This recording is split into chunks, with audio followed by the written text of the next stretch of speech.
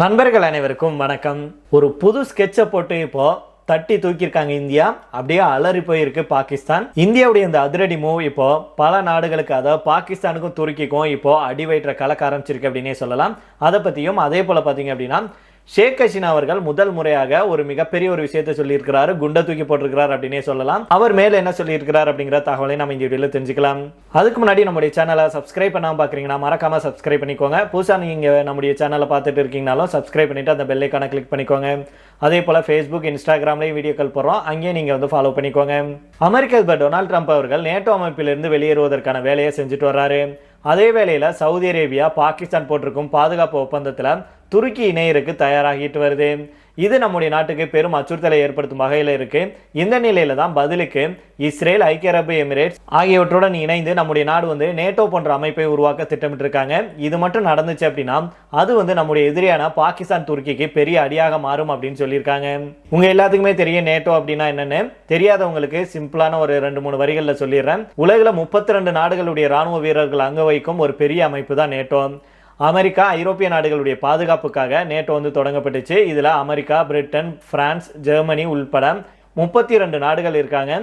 இதுல 30 நாடுகள் ஐரோப்பா கண்டத்திலையும் 2 நாடுகள் அமெரிக்கா கண்டத்திலையும் இருக்காங்க. நேட்டோ உறுப்பு நாடுகளுடைய ராணுவ வீரர்கள் இந்த அமைப்புல ஒன்றிணைந்து செயல்பட்டு இருக்காங்க. நேட்டோ உள்ள உறுப்பு நாடுகள் மீது போர் தாக்குதல் நடத்தும் போது இந்த நேட்டோ படைகள் களமிறங்கி பதிலடி கொடுப்பாருங்க. தற்போதைய அமெரிக்க அதிபர் டொனால்டு ட்ரம்ப் அவர்கள் நேட்டோவில் இருந்து விலகுவதில் உறுதியாக இருக்கிறாரு. நேட்டோ கூட்டமைப்பில் இருக்கும் நாடுகளுக்கு அதிக வரி விதிச்சது, நேட்டோவில் இருக்கும் டென்மார்க்கின் கிரீன்லாந்தை கைப்பற்ற ட்ரம்ப் அவர்கள் துடிப்பது உள்ளிட்டவை ஐரோப்பிய நாடுகளை கோபப்படுத்தியிருக்கு. இதனால எப்ப வேண்டுமானாலும் நேட்டோவில் இருந்து அமெரிக்கா வெளியேறலாம். பல நாடுகளுடைய ராணுவங்கள் ஒன்றிணைஞ்சிருக்கிறதுனால தான் சர்வதேச நேட்டோ தான் பலமான அமைப்பாக இருக்கு. ஆனா அமெரிக்கா விலகும் போது அதன் பலம் வந்து பல மடங்கு சரியும். இப்படி நேட்டோ அமைப்புல குழப்பம் ஏற்பட்டுள்ள நிலையில தான் சைலண்டாக பாகிஸ்தான், சவுதி அரேபியா, துருக்கி நாடுகள் கைகோர்த்து நேட்டோ அமைப்பு போன்று செயல்பட திட்டமிட்டிருக்காங்க. நீண்ட காலமாகவே மத்திய கிழக்கில் இருக்கும் இஸ்லாமிய நாடுகளுடைய பாதுகாப்புக்காக நேட்டோ போன்ற அமைப்பு ஏற்படுத்த வேண்டும் அப்படின்னு பல முஸ்லிம் நாடுகள் முயற்சி செய்கிறாங்க. ஆனால் இன்னைக்கு வரைக்கும் அது சாத்தியமாகலை. இப்பேற்பட்ட சூழல்ல தான் பாகிஸ்தான், சவுதி அரேபியா, துருக்கியுடைய இந்த செயல்பாடு இஸ்லாமிய நேட்டோ அமைப்புக்கு தொடக்க புள்ளியாக இருக்கலாம் அப்படின்னு சொல்லப்படுது. அதாவது கடந்த ஆண்டு பாகிஸ்தானும் சவுதி அரேபியாவும் பரஸ்பர பாதுகாப்பு சார்ந்த ஒப்பந்தத்தை வந்து மேற்கொண்டாங்க. அதன்படி பாகிஸ்தான் மீது யாராவது தாக்குதல் நடத்தினாங்கன்னா சவுதி அரேபியா மீது யாராவது தாக்குதல் நடத்தினாங்கன்னா பாகிஸ்தானும் பதிலடி கொடுக்கும் அப்படிங்கிறதா அந்த ஒப்பந்தம். இந்த ஒப்பந்தத்தில் தான் துருக்கி இணையருக்கு ஆர்வம் காட்டிட்டு வர்றாங்க. இது தொடர்பான பேச்சுவார்த்தை போய்கொண்டு இருப்பதாகவும் சொல்லப்படுது.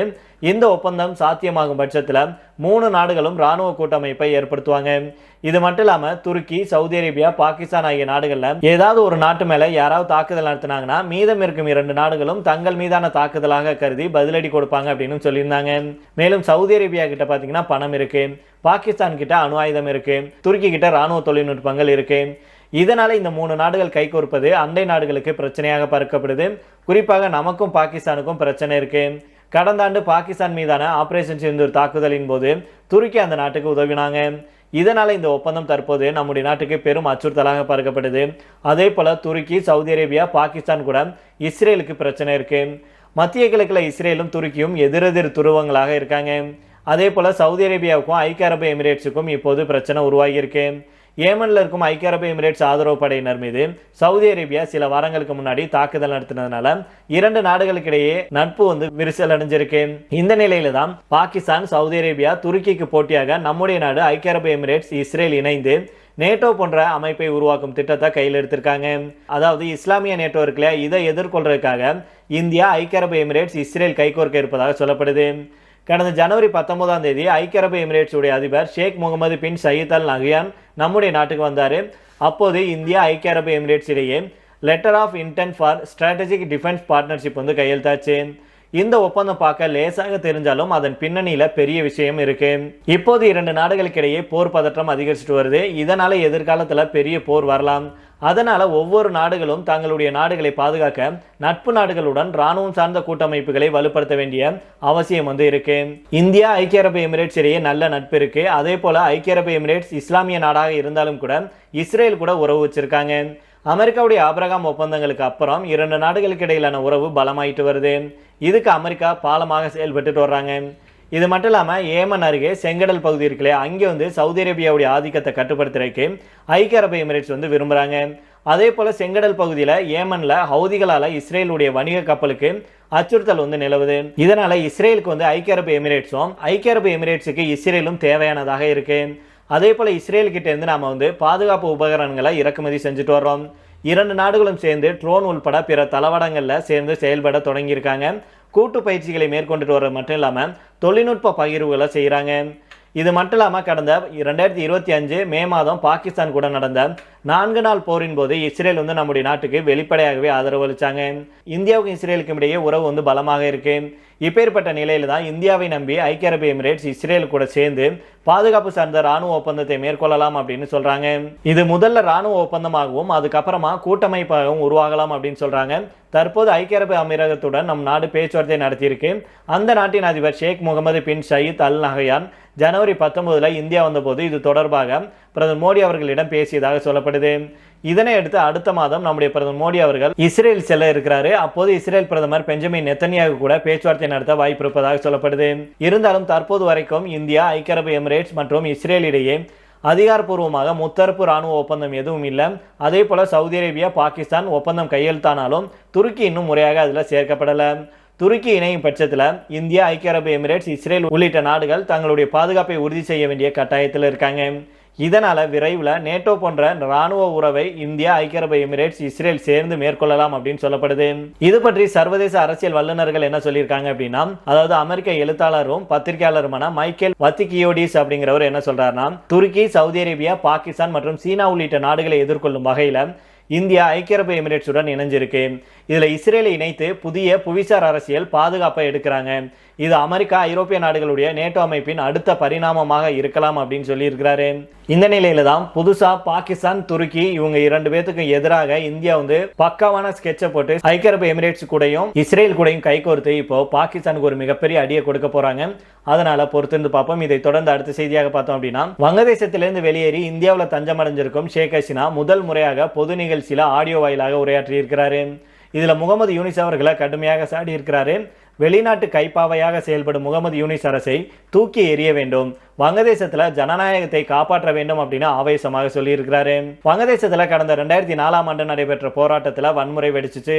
இதனை எடுத்து நாட்டை விட்டு வெளியேறிய ஷேக் ஹசீனா இந்தியாவில் தஞ்சமடைஞ்சாரு. 1 வருஷத்துக்கு மேலாக இந்தியாவில் தஞ்சமடைஞ்சிருக்கும் ஷேக் ஹசீனாவை தங்களிடம் ஒப்படைக்க வேண்டும் அப்படின்னு வங்கதேச அரசு வலியுறுத்திட்டு வர்றாங்க. இருந்தாலும் இந்த விவகாரத்தில் இந்தியா வங்கதேசத்துடைய கோரிக்கைக்கு செவி சாய்க்கல. வங்கதேசத்தில் தற்போது முகமது யூனிஸ் தலைமையிலான இடைக்கால அரசு அமைஞ்சிருக்காங்க. அவருடைய ஆட்சியில் அங்கு வன்முறை வெறியாட்டம் நிகழ்வதாக சொல்லப்படுது. விரைவில் வரும் பிப்ரவரி 12ஆம் தேதி அங்கு பொது தேர்தல் நடைபெறும் அப்படின்னு அறிவிக்கப்பட்டிருக்கு. இந்த நிலையில தான் இந்தியாவில் தஞ்சமடைஞ்சதுக்கு அப்புறம் பொது நிகழ்ச்சியில ஷேக் ஹசீனா ஆடியோ வாயிலாக பேசியிருக்கிறாரு. டெல்லியில் நடைபெற்ற வெளிநாட்டு செய்தியாளர்கள் மன்றத்தில் ஆடியோ மூலம் ஷேக் ஹசீனா அவர்கள் பேசியிருக்கிறாரு. அப்போது முகமது யூனிஸை கடுமையாக சாடியிருக்கிறாரு. அதாவது சட்டவிரோத ஆட்சியை நடத்திட்டு வரும் முகமது யூனிஸ் நாட்டை பயங்கரவாதம், சட்ட ஒழுங்கின்மை, ஜனநாயக ஒருங்கிணைப்பு கொண்டதாக மாற்றி ஆட்சியை நடத்திட்டு வர்றாரு. வங்கதேச அரசியல் அமைப்பு இறையாண்மை நெருக்கடியில் உள்ளாகி இருக்கு. வெளிநாட்டு கைப்பாவையாக செயல்படும் முகமது யூனிஸ் அரசை தூக்கி எறிய வேண்டும், வங்கதேசத்துல ஜனநாயகத்தை காப்பாற்ற வேண்டும். பயங்கரவாத யுகத்துல மூழ்கி இருக்கு. முகமது யூனிஸ் ஒரு கொலைகார பாசிசிஸ்ட், அதிகார வெறி பிடித்தவராக இருக்கிறாரு, பண மோசடிக்காரர். வங்கதேசத்துல தற்போது வாழ்க்கைக்கும் சொத்துக்கும் பாதுகாப்பு இல்லை. நாட்டை காட்டி கொடுத்து முகமது யூனிஸ் நம்முடைய அன்புக்குரிய தாய் நாட்டை பேரழிவை நோக்கி தள்ளுறாரு அப்படின்னும் கடுமையான விமர்சனங்களை முன் வச்சிருந்தாரு. மேலும் வங்கதேசத்துல ஜனநாயகத்தை காப்பாற்றுவோம் அப்படிங்கிற தலைப்புல நடைபெற்ற நிகழ்ச்சியில தான் ஷேக் ஹசீனா இந்த உரையை நிகழ்த்தினாரு. இந்த நிகழ்ச்சியில ஷேக் ஹசீனாவுடைய அவாமி லீக் கட்சியை சேர்ந்த முன்னாள் அமைச்சர்கள் மற்றும் வங்கதேச வம்சாவளியை சேர்ந்தவர்கள் பலரும் கலந்து கொண்டாங்க. இந்த நிகழ்ச்சியில ஷேக் ஹசீனாவுடைய ஆடியோ ஒளிபரப்பப்பட்டது. மேலும் ஷேக் ஹசீனா அவர்கள் என்ன சொன்னார்னா, வங்கதேசத்துல சட்டவிரோத யூனிஸ் ஆட்சி நிர்வாகத்தை அகற்றணும், ஜனநாயகத்தை மீண்டும் நிறுவ வேண்டும், நியாயமான தேர்தல் நடைபெறுவதற்கான சூழலை ஏற்படுத்துவது அவசியம். யூனிஸ் குழுவின் நிழல் நீடிக்கும் வரைக்கும் வங்கதேசத்துல ஒருபோதும் நியாயமான தேர்தல் நடைபெறுவதற்கான சாத்தியம் இல்லை. ஐக்கிய நாடுகள் அவை பாரபட்சமற்ற விசாரணை நடத்தணும், உண்மையை வெளிக்கொண்டு வருவதன் மூலமே நாட்டை முன்னேற்றம் அடைய வைக்க முடியும் அப்படின்னு அவர் சொல்லியிருக்கிறாரு.